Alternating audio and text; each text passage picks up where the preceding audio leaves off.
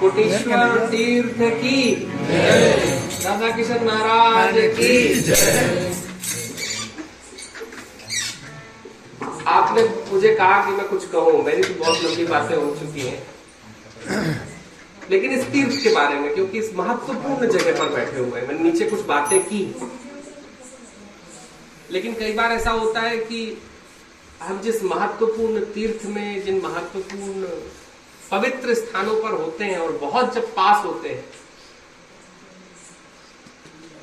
तो कई बार उनको महसूस करने में लोगों की थोड़ा सा पीछे रह जाते हैं। और ये तो बड़ा महत्वपूर्ण तीर्थ है। कल हम लोग रामेश्वर तीर्थ से चले थे और आज हम पहुंच गए कोटेश्वर तीर्थ में। बीच में दो और तीर्थ आए। पहले कोटेश्वर तीर्थ के बारे में बात करूं, क्योंकि आप सबका जो हमारे बाजू में जो भगवान विराजमान है, त्रेता युग से यहां पर है। त्रेता युग से भारत का सनातन शास्त्र इस तीर्थ के बारे में अलग अलग तरीकों से बात किया है। और घटना घटती है कि आपको 30 साल पहले मैया बुला लेती है यहाँ पे कि अब इसको ठीक रखो। मैं आपको उससे कहानी से शुरू करता हूं, जिस कहानी से जो मैंने लास्ट में अंतिम बार पढ़ी हुई थी। ये त्रेता युग का मंदिर है। और हुआ एक बार ऐसा था कि जब पूरी पृथ्वी पर जब एक दुर्भिक्ष पड़ा था, दुर्भिक्ष का बहुत सादी हिंदी में कहें तो जब बिल्कुल खाने पीने को कुछ भी नहीं था, सूखा पड़ चुका। जानवर भी ऐसे थे, लोगों के पास भी वही था, ऋषि मुनि भी ऐसे ही थे। तो भगवान शंकर ने आदेश दिया कि अगर इस दुर्भिक्ष से बचना है, इस सूखे से बचना है, तो जाओ मैया के किनारे इस तीर्थ पर जाकर प्रार्थना करो। तो इस सनातन क्षेत्र के जितने ऋषि मुनि थे, जो महत्वपूर्ण संत थे, जिनका भी स्थान इस संसार में अभी तक बचा हुआ था, वो सब इस तीर्थ में आते हैं। और इस तीर्थ पर रहकर, मैं बार बार इसे तीर्थ कह रहा हूं, ध्यान रखिएगा, कल से हम इसको तीर्थ ही कहें, कि इस तीर्थ पर आते हैं और वो तप करते हैं, यज्ञ करते हैं, हवन करते हैं। इस तीर्थ पर आकर जब सब कुछ करने के बाद भगवान शंकर कहते हैं कि चलो मैया के घाट पर तुमने एक महत्वपूर्ण काम किया है, अब ये जो अकाल पड़ा है ये समाप्त होता है। तो जब ऐसी घटना होती तब सभी ने मिलकर इस कोटेश्वर तीर्थ के प्रभु को विराजमान किया। त्रेता युग से विराजमान ये तीर्थ है और महत्वपूर्ण घटना है। जरा सोचिएगा कि हम लोग सब आज जितने लोग यहाँ पर जो वर्षों से, त्रेता युग से अभी तक जो जीवित हैं, बचे हुए हैं, जिनके परिवार आज तक बचे हुए हैं, कुल बचे हुए, वंश बचे हुए, परंपराएं बची हुई हैं, इनमें इस तीर्थ का बहुत बड़ा योगदान है। क्योंकि अगर थोड़ा और समय लगता तो कुछ और कुल खत्म हो गए होते, होता है, कुछ और कुल चले गए होते, कुछ वंश परंपराएं और चली गई होती, और कितनी चली गई।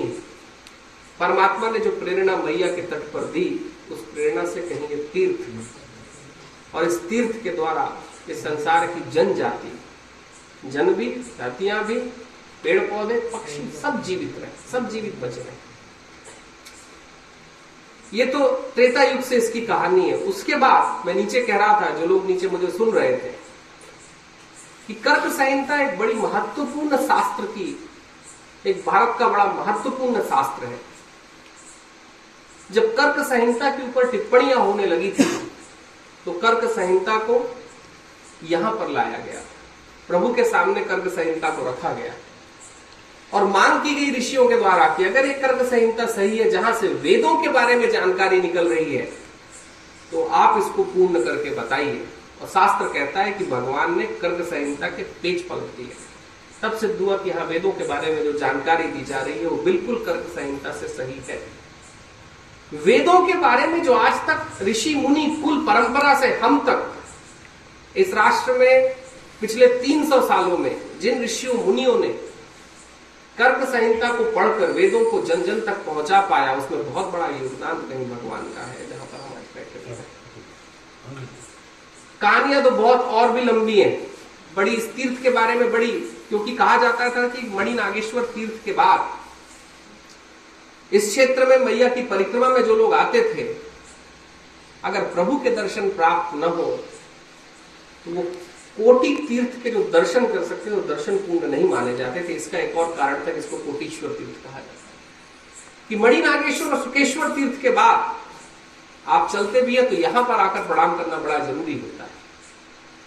एक घटना है कि 1952 में, और अब आपकी बात जरूर कहूं मैं कि 1952-53 के आसपास जब प्रभुदत्त ब्रह्मचारी जी से स्थान पर आए थे, जो कहीं काशी प्रयाग में जिनका रहना होता था, और मैया नर्मदा की परिक्रमा में गौरीशंकर महाराज जी के बाद और गौरीशंकर महाराज जी के पहले प्रभुदत्त ब्रह्मचारी जी के कुल के लोगों ने परिक्रमा का बड़ा महत्व उठाया था। जब वो यहां पर आते हैं तो वो अपनी किताब में लिख के रखे हुए हैं कि बाकी सब तो ठीक है, मंदिर की दशा ठीक नहीं है। जब आज मैं आया हूं और आप 36 साल से जब यहां विराजमान है, बैठी हुई है, तो देखिए कि प्रभु, मंदिर, क्षेत्र और ये तीर्थ वाकई तीर्थ बन गया है। तीर्थ में बड़ी बात होती है कि प्रभु तो विराजमान होते हैं, लेकिन प्रभु की माया को समझकर, प्रभु के भेद को समझकर, प्रभु के धर्म को समझकर उस क्षेत्र को प्रभु में बना देना वो बहुत बड़ा काम होता है। वो महापुण्य और महाधर्म का काम होता है। वो खुद के लिए, देखिए, धर्म की यात्रा बहुत लोग समझते हैं और कई बार ऐसा करते हुए दिखता है कि धर्म की, आध्यात्म की यात्रा स्वार्थ की यात्रा नहीं हो सकती। धर्म और आध्यात्म की जितनी यात्राएं हैं वो परमार्थ की यात्राएं हैं। एक तरफ अंतर्मन की यात्रा है, दूसरी तरफ उस अंतर्मन में जो हुआ है उसकी बाहर की घटना हमको बताती है कि हमारे अंदर क्या घट रहा है। तो जब प्रभुदत्त ब्रह्मचारी जी आए थे, और जो लोग उनकी किताब पढ़ सके, बहुत कम है, वो पढ़े और देखेंगे, वो कहते हैं कि मंदिर की हालत बड़ी नाजुक है, पता नहीं कब ये तीर्थ चला जाए।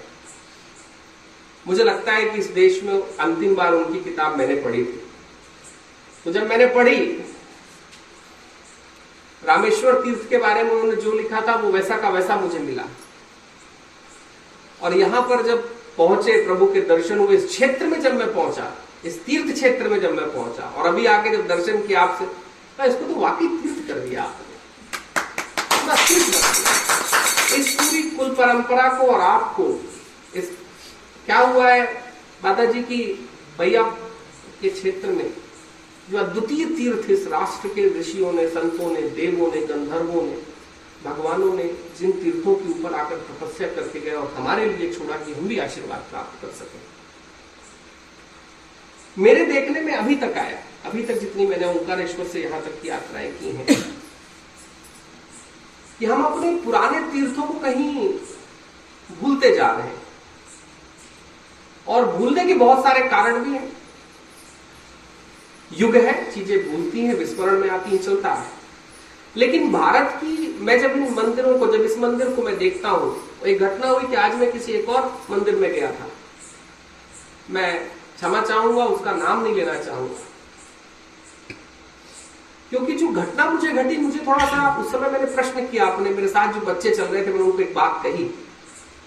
मैं उस तीर्थ क्षेत्र में गया, मैंने प्रणाम किया,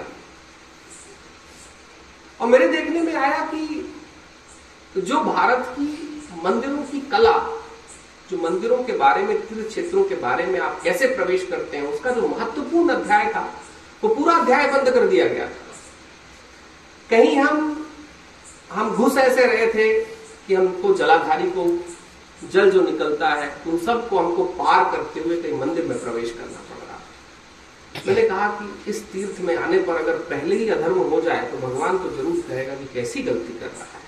हम उस तीर्थ से, मैं उसको तीर्थ का नाम ले रहा हूं, हम वहां पर गए, वहां पर लोग मौजूद थे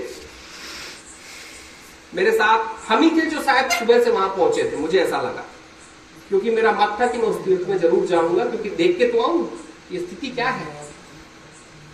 और अद्वितीय, अद्भुत घटना होती है कि जीवन का सब चल रहा था, लेकिन परमात्मा कहीं बहुत दूर अकेला बैठा हुआ है। यहां पहुंचकर ऐसा लगा घुसते साथ ही कि जीवन का तो जो चल रहा है वो चलता रहेगा, परमात्मा प्रथम आकर प्रकट हो जाता है। ये वाकई ये बड़ा महत्वपूर्ण। असल में जीवन में कुछ घटनाएं होती हैं, कुछ ऐसी घटनाएं होती हैं जो मैया के तीर्थों में बहुत होती हैं, मैया के क्षेत्र में बहुत होती है। और मैया तो क्या करती हैं कि आदेश तो सबको रहता है, लेकिन आदेश देने वाले लोग बड़े कम मिलते हैं। जो ले लेते हैं वो क्षेत्रों को तीर्थ बना देते हैं, जो ले नहीं पाते हैं वो क्षेत्रज्ञ तो बने रहते हैं, प्रॉपर्टी होल्डर तो बने रहते हैं, लेकिन वो तीर्थ कभी नहीं बन पाते। आज इस तीर्थ पर आकर बहुत प्रसन्नित हो, और आपसे मिलकर तो और आनंद ही आ गया मुझे। हम इस तीर्थ क्षेत्र में बैठे हुए, आपने कहा कि मैं कुछ चर्चा करूं, मैं सुबह से ही चर्चा कर रहा था। बोला आपकी हमारी चर्चा हो गई, अब क्या चर्चा करेंगे? बोला इस तीर्थ क्षेत्र के बारे में जरूर बात करनी है, क्योंकि मुझे लगता है मैया की जो परिक्रमा है वो इन तीर्थों की परिक्रमा है।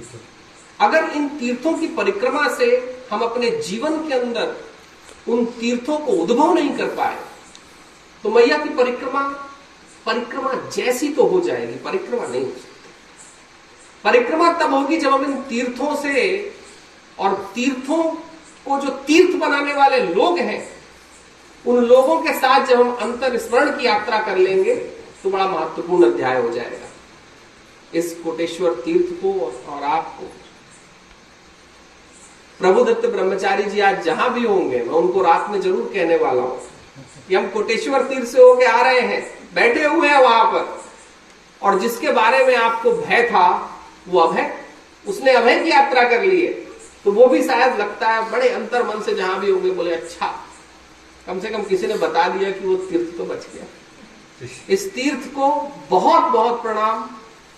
और आपने जो आज जिस तरीके से हमको इस तीर्थ में हम आ गए, और जो देखकर मेरे मन में प्रसन्नता है, प्रसन्नता की तो बहुत सारी वजह है, कुछ और वजह जो होंगी, लेकिन इसको देखकर तो हम सबको बड़ा उदित होना चाहिए।